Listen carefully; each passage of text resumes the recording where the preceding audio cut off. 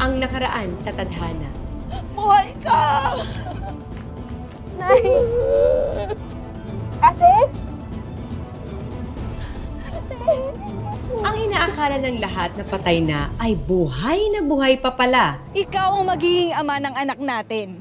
Pero bakit parang ako yung kabit? Ano?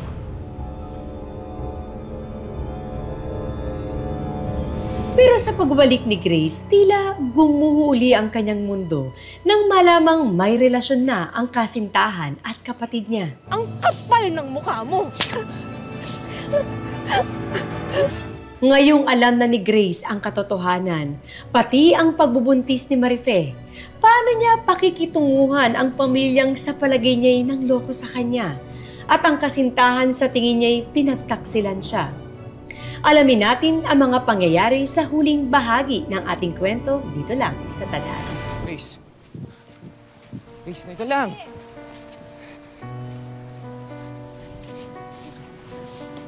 Ate! Grace. Anak! Anak, ano nangyari? Ba't umiiyak? Grace, papaliwanag kami. Ano pang ipapaliwanag nyo? Niloko nyo ako! Ate, wala nang loko sa'yo. Akala namin lahat patay ka na. Kaya okay lang. Okay lang na landiin mo yung boyfriend ko. Hindi mo alam yung lungkot na dinanas namin nung nawala ka. So kasalanan ko. Kasalanan ko na akala nyo patay na ako. Pasensya na. Ang lungkot pala ng dinanas nyo. Pero yung solusyon mo, landiin yung boyfriend ko. Tapos ikaw, bundisin yung kapatid ko. Ang galing nyo. Kasalanan ko. Sorry, ha? Sorry. Nak, kumalma ka. Nay, paano kung kakalma? Pinagtaksilan ako nung kapatid ko at saka nung boyfriend ko. Nak, unawain mo naman sila. Ako, nung nalaman ko, inintindi ko din sila kasi yung lungkot. Kaso alam mo rin. Pero hindi mo sinabi sa akin, hinayaan mo lang ako magmukhang tanga. Nak.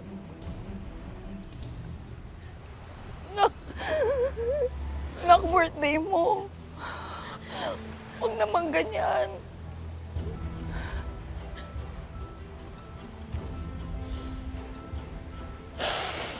Ang sarap ng pa-birthday nyo sa akin. Happy birthday sa akin!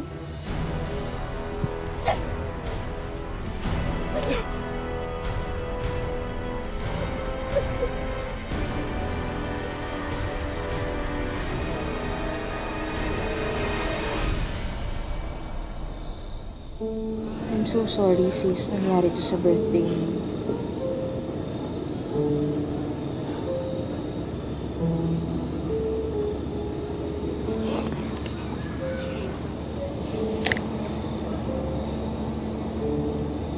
Nila akong tanga.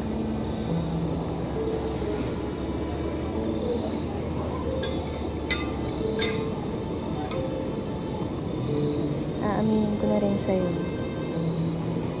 Alam ko rin. Nakita ko si Marife at si Warren. Nagde-date silang dalawa. Simula nung nakita tayo, gusto ko namang sabihin sa'yo, kaya lang. Siyempre, ayaw ko naman pangunahan yung dalawa. Kasalanan naman nila eh. Sana namatay na lang talaga ako sa abroad. Grace, ano ka ba? Huwag mo sabihin yan. Masayang-masaya kami na buhay ka. Pero paulit-ulit nila akong pinapatay, Belinda.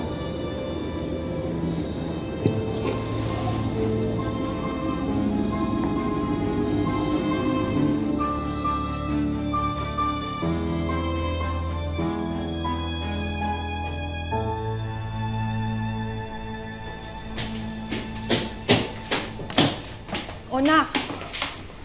Buti naman nakauwi ka na. Bakit? Para ano? May iba pa ba kayong kasinungalingan na gusto niyong sabihin sa akin? Ba naman yan? Ang ingay naman, Nay. Di ako makatulog eh. May shift pa ako mamaya. Baka kaya hindi ka makatulog. Kasi hindi ka pinapatulog ng konsensya mo. Ahas. Wala akong inahas dahil si Warren ang kusang lumapit sa akin. Lumapit sa'yo. Palibasa, nilandi mo. Tumigil ka nga, ate. Best friends nga kami high school pa lang, di ba? Kapal naman ang mukha mo tawagin akong ate. Pagkatapos ng mga ginawa mo sa akin. Eh anong gusto mong itawag ko sa'yo? Tanga? Kasi hindi ka marunong umintindi ng sitwasyon namin? Pagkatapos ng lahat ng sinakripisyo ko sa'yo, tsaka sa pamilyang to! Eh di ibabalik ko sa'yo, may interest pa!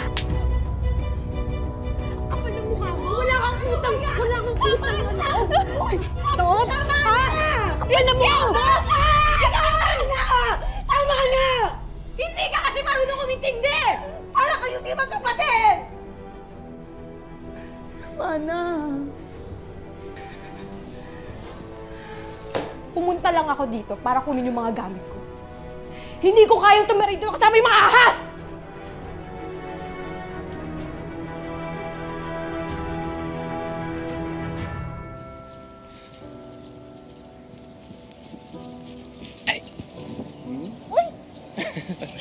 Grabe naman, oh. Ganda naman ang ngiti ng best ko. Eh, paano? Nakita ko na naman si Crush eh. Eh, sino nga ba yung crush na yan? Di na, tatawanan mo lang ako eh. Ito naman si Bes, oh. Sino nga? Dali. Promise ka muna, di mo tatawanan. Promise. Si si Grace. Si Grace? Yung ate ko? Oo, si ate mo. Alam mo, Marife, sa totoo lang, matagal ko na talagang gusto yung ate mo eh. Pakiramdam ko lang ngayon na matapos na siya mag-aral, parang umuunti na yung chance akong magtapat sa kanya eh. Kaya baka naman, Marife, pwede mo ba akong ilakad sa ate mo? Please. Sige. Sige, Bes. Thank you, Bes. Salamat. You're the best.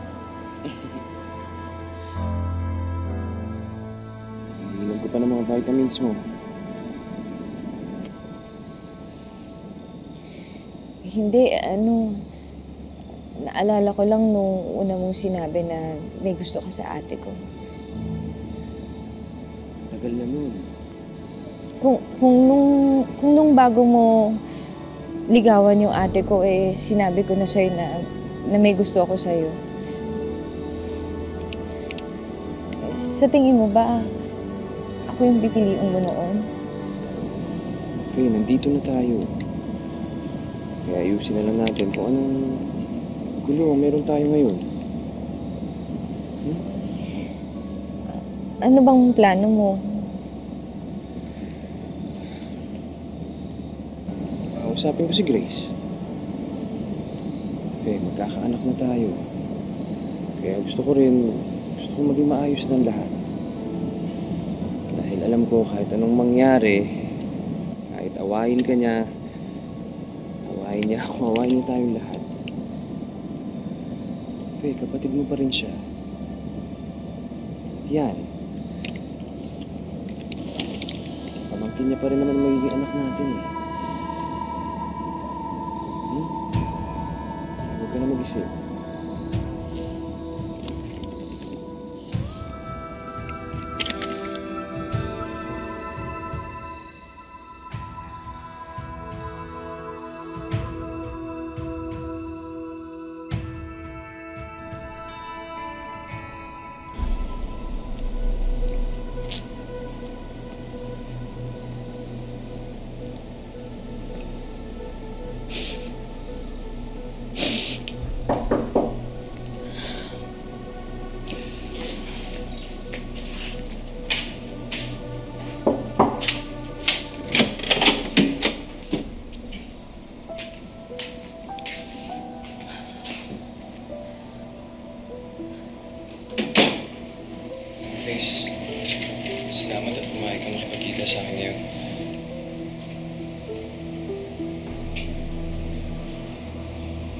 Ayos ka lang ba? Hindi ka na makakausap ng matino eh. Ako pa yung hindi makakausap ng matino. Grace, mukhang ang dami mo nang nainom eh. Ano sa tingin mo?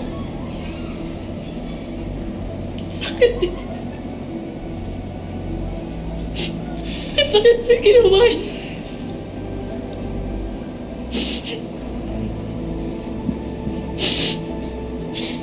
Grace naman. Kaya nga nandito din ako, di ba? Kaya nandito ako ngayon dahil gusto kong humingi ng sorry. Sorry at sana maunawaan mo yun.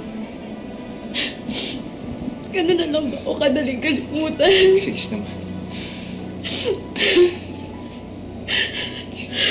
Alam mo, Grace, hindi mo alam yung pangungulila ko eh. Hindi mo alam yung pangungulila ko simula nung nawala ka. Grace, gabi-gabi yun. Gabi-gabi, hindi ako makatulog. Iyak ko nang iyak.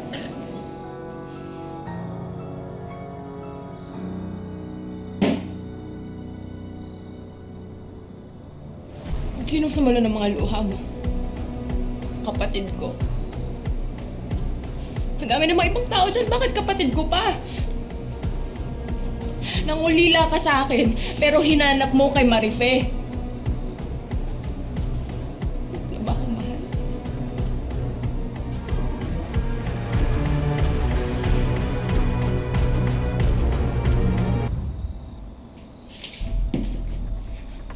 Grace, mali ito. Problema. Ito, itong ginagawa natin, mali ito. I'm sorry. Paanong mali? Warren, magkarelasyon tayo. Hindi naman tayo naghiwalay. Pero Grace, simula nung nawala ka,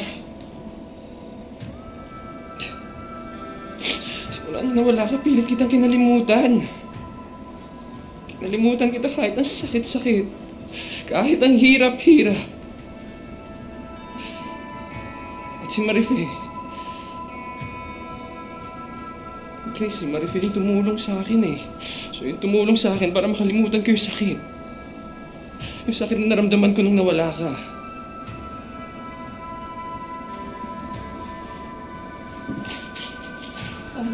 Nandito na ako. Nandito na ako. Nahawakan mo ako. Nararamdaman mo ako. Buhay ako. Buhay ako. Grace, mali ito. Okay, mali na hinalikan kita. Mali na ginawa natin ngayong gabi to. I'm sorry. Grace, I'm so sorry.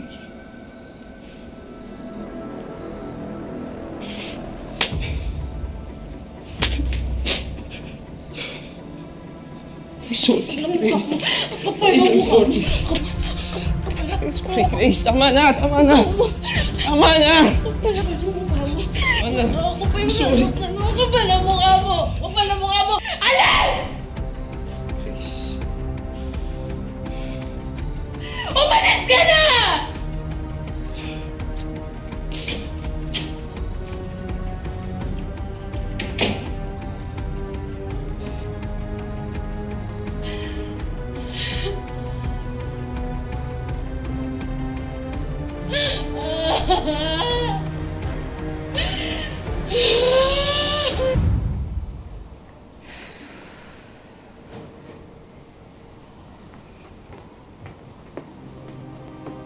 Nay, umiiyak ka na naman.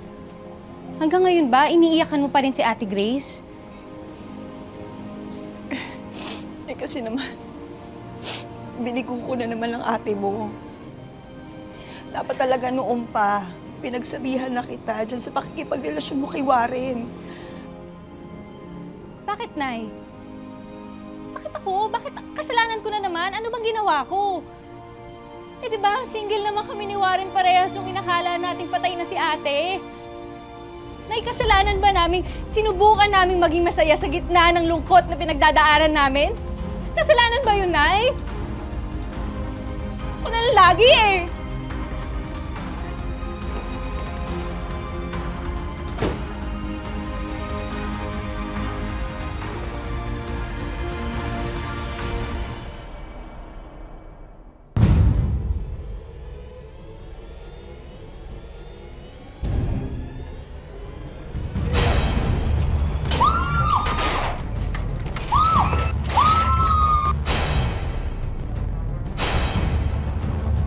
I'm sorry. Ikaw ang magiging ama ng anak natin. Pero bakit parang ako yung kabit? Ang baboy niyo! Ate, ate! Huwag mo kong hawakan. Nakakadiri ka! Nakakadiri kayong dalawa!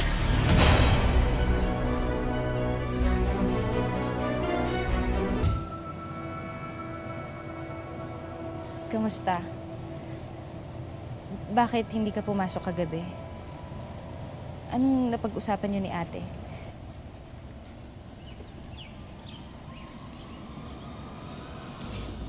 Marife.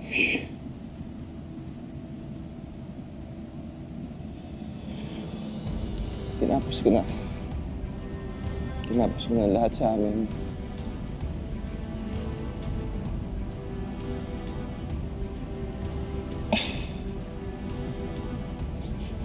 But I ended up kissing her. I ended up kissing her bago ko tapusin, Marife. Sinabi mo?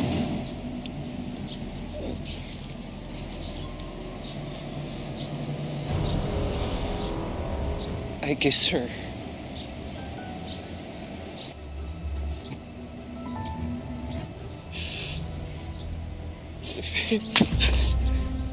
Ano? Dapat ba matuwa ako that you gave her a final kiss? Ganon? Marife, tinapos ko na. Tinapos ko na sa amin. Pakangako ko sa'yo, paninindigan ko yung bata. Ikaw. Marife, parang awa mo na. Awa mo na. I'm so sorry. I'm so sorry. Please. Please. Please. Tingnan mo naman ako. I'm sorry.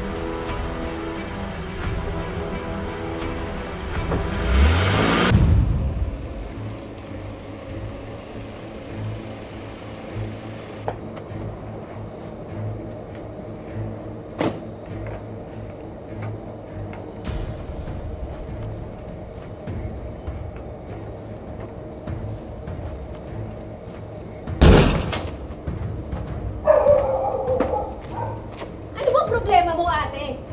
Gusto mo ba talaga ako mamatay? Mahirap mamatay ang mas maganda. Hindi na ikaw yung ate ko na pumunta sa ibang bansa para sa pamilya. Oo. Hindi na ako yung kapatid mo na nagsakripisyo para sa pamilya. Dila mo na siya nung gumuhungkusan. Pinatay mo ako ulit nung pinagtaksalan mo. Ang sabihin mo, bitter ka. Kaya ayaw na sa'yo ni Warren.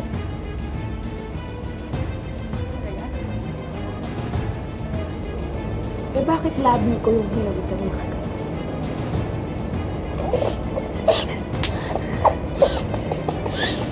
Kapal ang mukha mo? Kapal ang mukha mo? Ikaw walang hiya! Ha? Masayop ka! Ikaw yung taksil! Ikaw gusto mo ba talaga akong patayin, ate, ha? Ha? Magkatapos ko magsakripisyo para sa'yo. Magkatapos ko gawin lahat yun para sa'yo.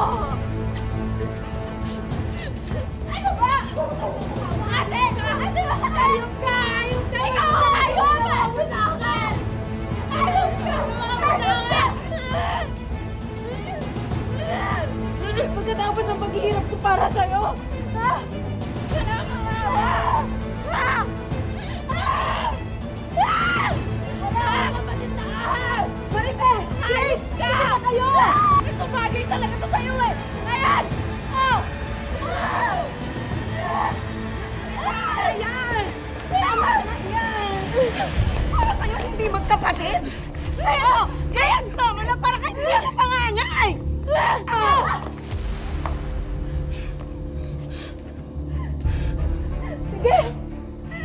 Kampihan mo yan! Kampihan mo yan! Magtulungan kayo! Magtulungan niyo ako! Grace! Grace, tulungan mo ako. Dali natin sa ospital si Marife. Grace! Ano ba nakatunga ka? Kapag saan nalika na dito? Kuya, lika. Inuho mo kami.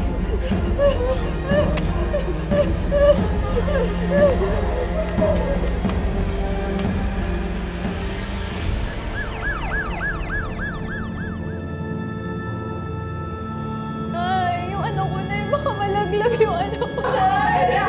Grace, maayusin ang lahat. Ano, masaya ka na, Grace? Masaya ka na pwedeng mawala yung dinadala ng kapatid mo? Nay.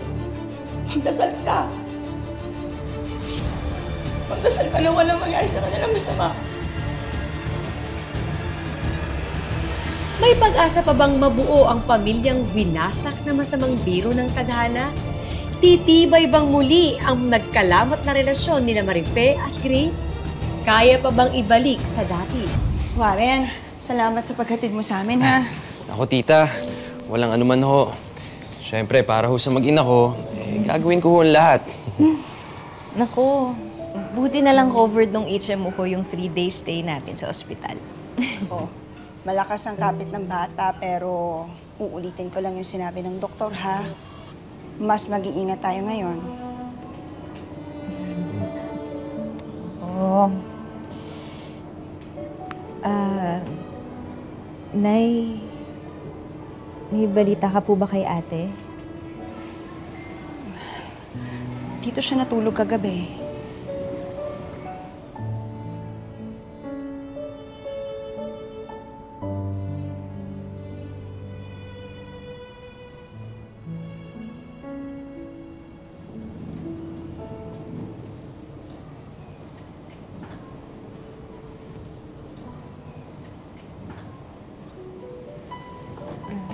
Nay.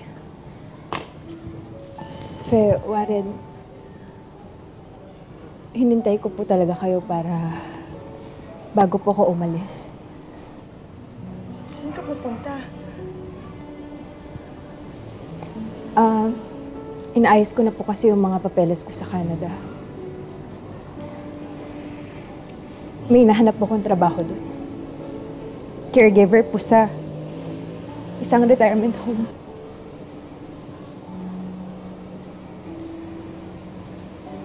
Ate,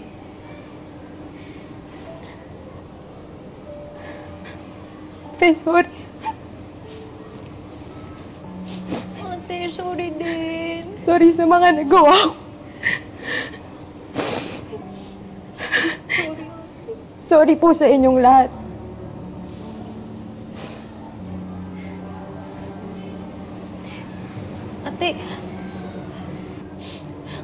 Ate, hindi mo naman kailangan umalis eh.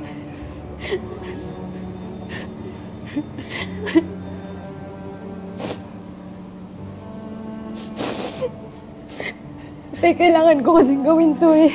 Para sa sarili ko.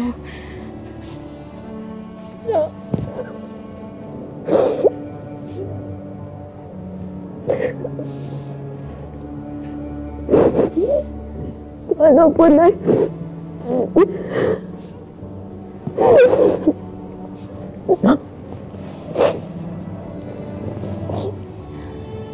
Tatandaan mo, ha? Laging bukas ang bahay na to sa pagbabalik mo. Mahal na mahal ka namin. Naipangako po. Babalik po ako.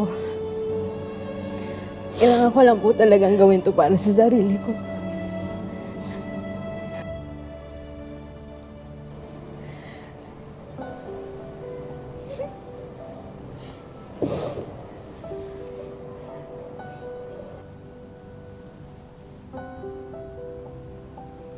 Ate.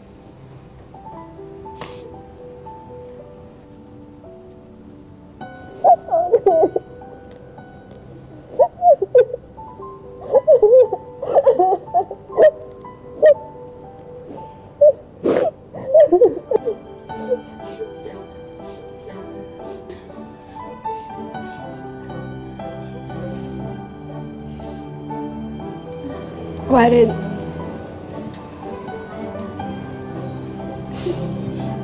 alagaan mo yung kapatid ko. Grace. Salamat. Maraming salamat sa lahat. Salamat. Paalam.